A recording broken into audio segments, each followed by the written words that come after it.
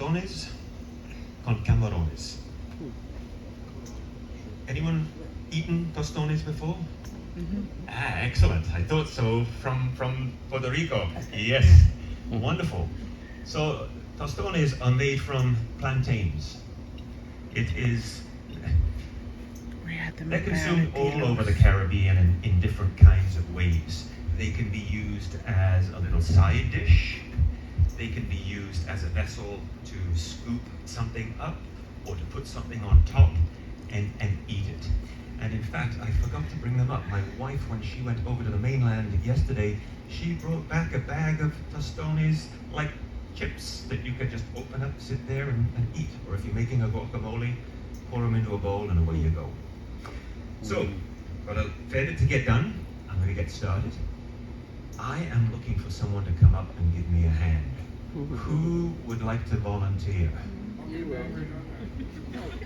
The lady sitting up there, did you raise your hand? You'd like to come and join? Come on up. Absolutely. Thank you. Yes, you certainly may. Go on back here and you can go wash your hands right there. Wonderful. It's always good to have a couple of guinea pigs, right?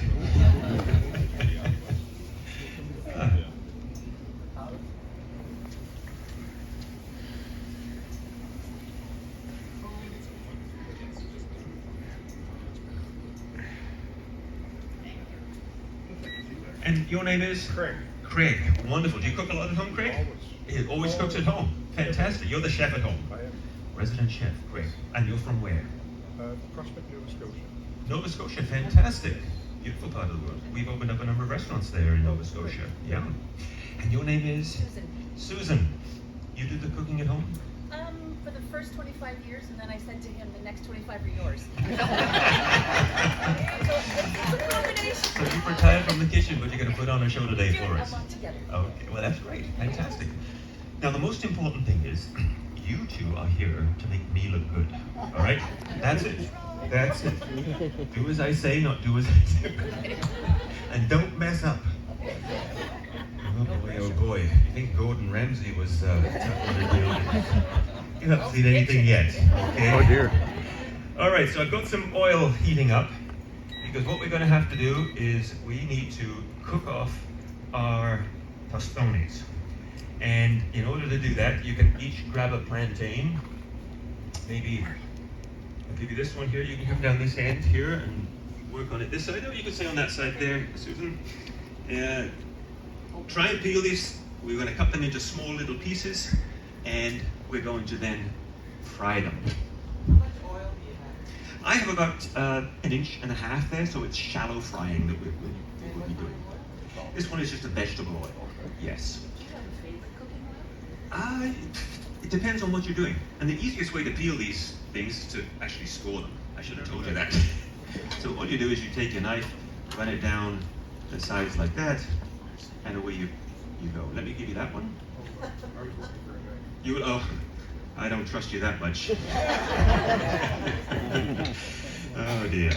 I'm going to show you how we're going to cut those into little pieces just like this. About that kind of thickness. So that's what? A little over 1/4 inch. Not too much. And I want the oil to be at about 350 degrees Fahrenheit. Pump that up a little bit. So you asked me if I have a favorite oil. Most kitchens these days we use a neutral oil like vegetable oil for frying. It once used to be peanut oil, but so many peanut allergies, we keep it neutral. I cook a lot with olive oil. I do use a little bit of vegetable oil. This is an oil that I like to cook with. It's olive oil where I have confit garlic to it, so it has a wonderful garlic aroma. Salad dressings, frying off a little piece of vegetable, a steak, a piece of fish. Just very subtle and wonderful. So I always have a pot of that sitting around on the stove. Always good to have. Great, looking good. Very good indeed. Have you done this before? Not quite, all right. So once we get our oil up to temperature, we're going to give them a little cooking. And the first stage of the cooking, the temperature will be a little lower. than the final fry. And that process we call blanching. Even though it's in oil, it's like you blanch your vegetables. All the restaurants in the world, all the hotels in the world will blanch all of their vegetables ahead of time. They're peas, beans, carrot, so they're just underdone. When that order comes in and a steak is being picked up, or a chicken or a piece of fish, and the chef is calling out for his haricot vert or his chou-fleur polonaise or his carrot vichy, they drop into a pot of boiling hot water, into the pan, a little bit of butter, salt, pepper, a touch of the cooking water. It simmers, reduces, finishes off cooking. That wonderful glaze to the vegetables. They check the seasoning, then they put it on the plate. The steak goes on, and out it goes. Service, exactly. You got it. You got it. And that's how it works. It just speeds the process up. But by blanching it in boiling salted water, you also retain a good amount of the nutrients, keeps the green vegetables green, and it just speeds up it. Because if you had to cook every order to order, you'd never get it done. Never get it done. So we're going to drop these into the oil right here. I'm going to turn that down even more. So you want to drop a couple in there, but be very, very careful. Yep, one. Come on up. Drop a couple in as well. That's good. That's plenty. Look, I'm sorry, I forgot your name. Craig. I'm sorry, Craig. I'm terrible with names. That's me. It's a plague. Beautiful. Great. So what we're doing now is blanching. This will soften them. It will allow them to turn a light golden brown color. What we want to do is not overcook them at this stage because we don't want them to dry out. So all we really do is just light blanching. If you want to wipe your hands, you can go right ahead there. Same with you too. You got one? Okay. So out these come.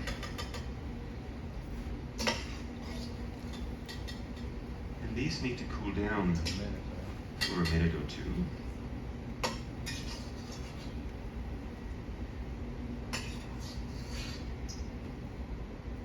I like to just let them drain out a touch with a paper towel and just let them cool down for a moment or two.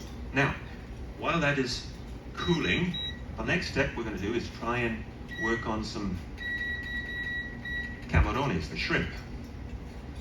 I'm going to keep that up. You know what, I'm going to leave this for now because it'll happen fast. Yeah, you got the shrimp. Thank you. We put the shrimp in the fridge, safekeeping, and forgot to pull them out. So the next step with the tostones, in order to make them flat and round, you're going to have to crush them. So let me show you how we crush things that sound rude but are not. I'm going to crush my tostones. And you're going to crush my tostones. We're going to crush the tostones, okay? Getting into trouble here. So we take a flat bottom glass, bowl, dish, whatever, and you just smash it like that. And that is all that happens. Smash it, you just slide that off, and you do the next one.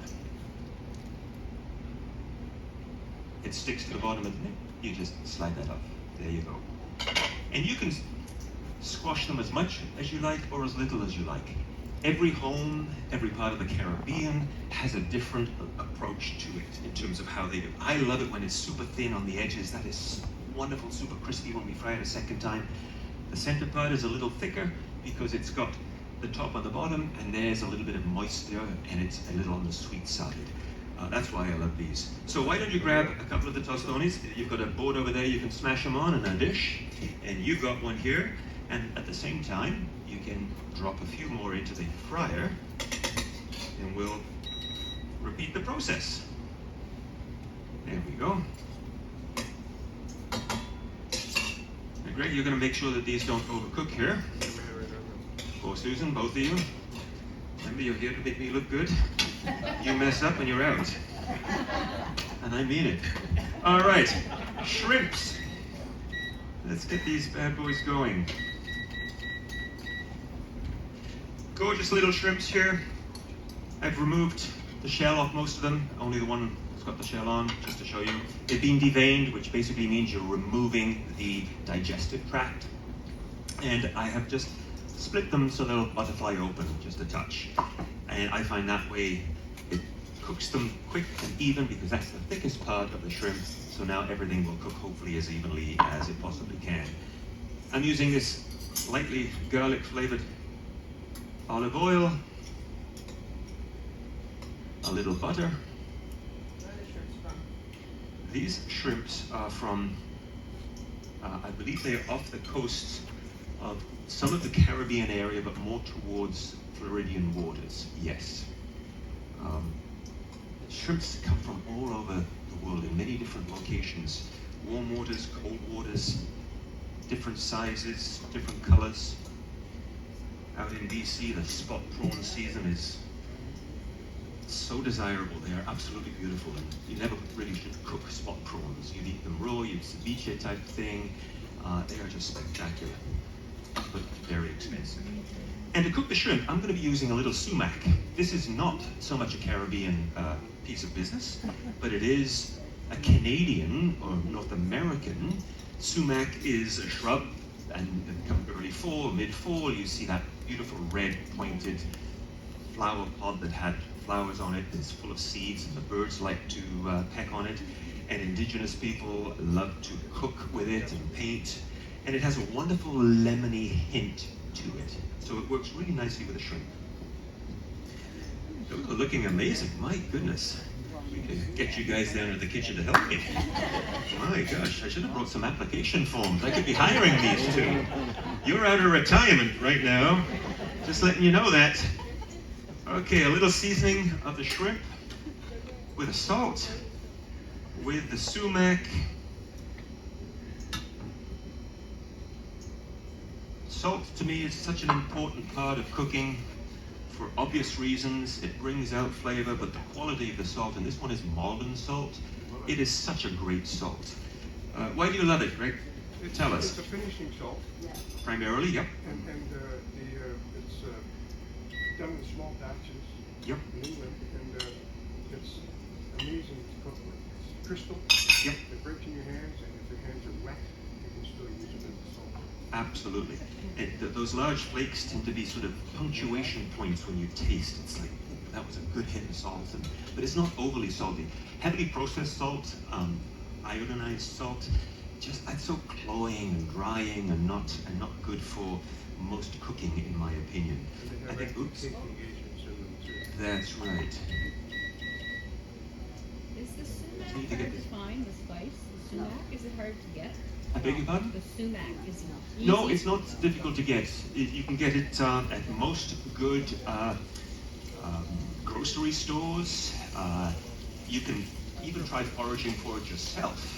It's not that difficult, as long as you're prepared to filter through it and phase through it. You can certainly do it, but it is readily available way more than it ever used to be. Oh. We won't be abandoning ship anytime soon, I hope. So cooking shrimp, just gently, butter, garlic, the sumac, nothing crazy magical about it. It is about gentle heat as opposed to fast and fierce, in my opinion. You grill shrimp, you could do this with. How important is it to devein the shrimp?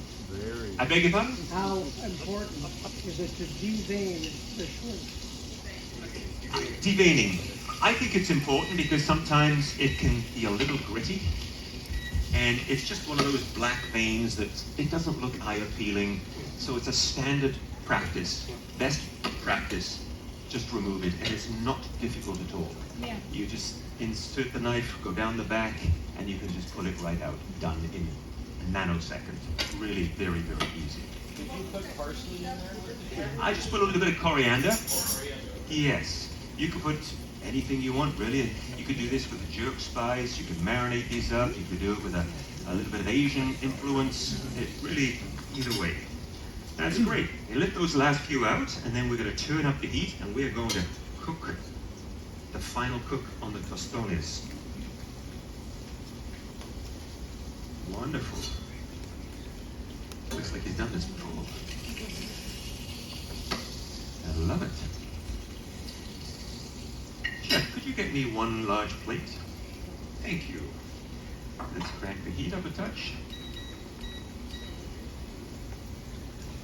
Now, between the two of you, if you keep an eye on this, and we're going to get this up to 350, 370, if you don't mind. That's a 375-ish. Okay. Thanks. Yes, chef. He's learning already. He's learning. He could stand a chance. Now, to go with the tostones, I have made up a little bit of a salsa, a favorite thing of mine. This one I put a little pineapple, tomato, avocado, a little garlic oil, mandatory lime juice, because you've got to have lime juice with these kinds of things. It's absolutely fabulous. And then the other two seasonings I like to use is a little cumin powder, and smoked paprika. It really does bring out that wonderful smoky, barbecue-y aroma. It's just fabulous. Thank you, sir. Where are we sitting at? 322 and climbing. Excellent. Now kick it up another notch there. That should do it. Okay, there we go. We have induction cooking at home in our condo. Up at our country home, it's gas. I have become to like induction quite a lot. We have a couple of restaurants that had induction. Canoe up on the 54th floor of the TD Tower is, thank you, is all induction, has been from day one. Auberge de Pognier is full induction. And I do like it. It's fast, efficient, clean. So now, drop these in like 3 or 4 at a time. You got it. And then just let them crisp up. You got it, that's it. So the hotter oil is going to force out some of that extra moisture around the edge, the frilly edge of the tostone. So that'll become super, super crispy. And as I said, the center, where it's a little thicker, should remain a little more moist and sort of meaty. And you'll pick up that sweetness when you dry them. And you can roll them over, that's right, you got it. Put in a little bit more heat, because of course it does. We get temperature drop, and then we need a recovery time, and that's often the slowest part of deep fryers. Well done. Well done. Greg just said he bought an induction stove at home. A modern man.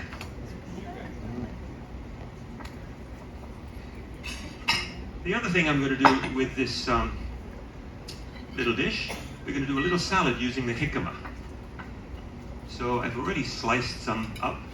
I'm just finally julienning them. Fantastic. Yes, that's good. You drop them back on the paper, and then sprinkle them with a little salt, if you would, Susan, on both sides. And we do that as soon as they come out, because there's a little bit of oil of coating them, which will help the salt stick to it. As soon as they dry, the salt does fall off, so you can be a little generous with it. You got it. Wonderful. So a little jicama, a little beet, sorry, not beet, radish, cut in exactly the same kind of way. And what else we got to go in here? That's right, a little apple. Crisp green apple of any kind. Lovely little sticks of it. Nothing fussy, nothing fancy.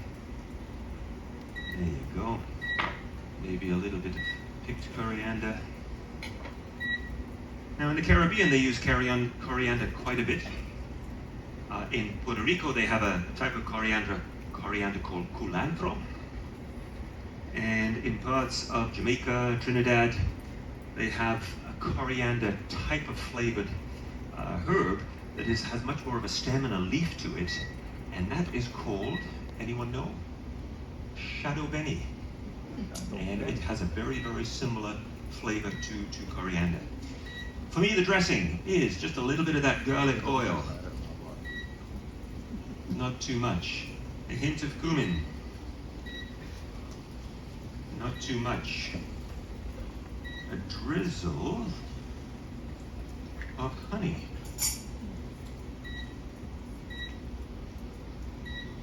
Not too much. and a squeeze of lime. Not too much indeed. That's not too much to ask. A little pepper, a hint of salt, if I may come and take a pinch. Those are looking mighty fine tostones there. Chef, we've got the crew. We've got the crew. A little toss. Super easy. Entering it away from you. You got it, that's right. So if it does splash, it doesn't splash on you. Great, we'll make that the last little lot. And we'll turn that off when you're ready, and we're done. So to plate these little boys up, let me show you what we're gonna do. I would like you, Susan, to take a little bit of this salsa and put on top of, let's just do 3 or 4 tostones. You can decide which ones you'd like to use. Okay? Yes, chef. Oh, I like it, I like it. Ah, wonderful. Great stuff. Heat's off. Heats off, off, good, whoops. There we go. The last one's a little on the darker side, but that's okay. Fantastic. Now you have a little taste test here.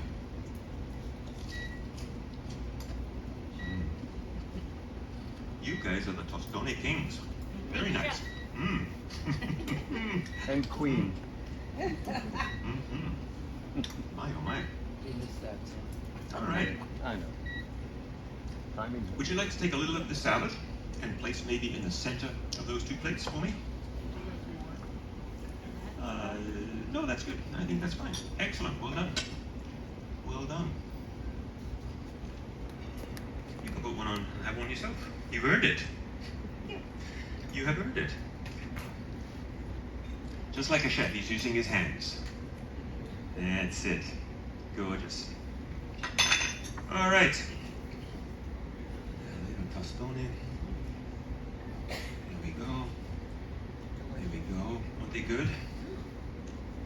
You'd impress your friends if you were to make this at home when you get back to the mighty fine city of Toronto or wherever you're from. Yes. Right.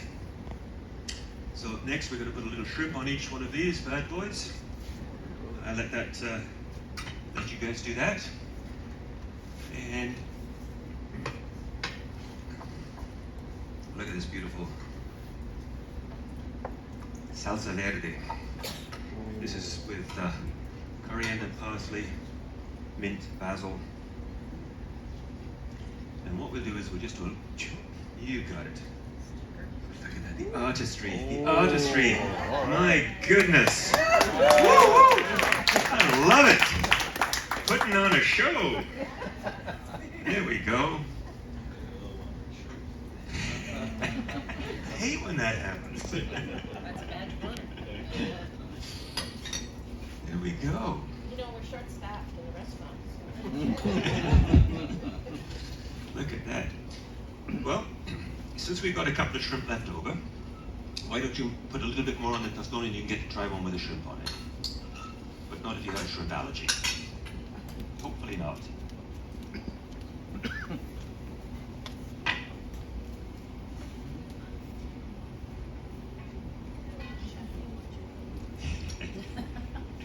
There we go. Hey Gary, go up and get a close-up.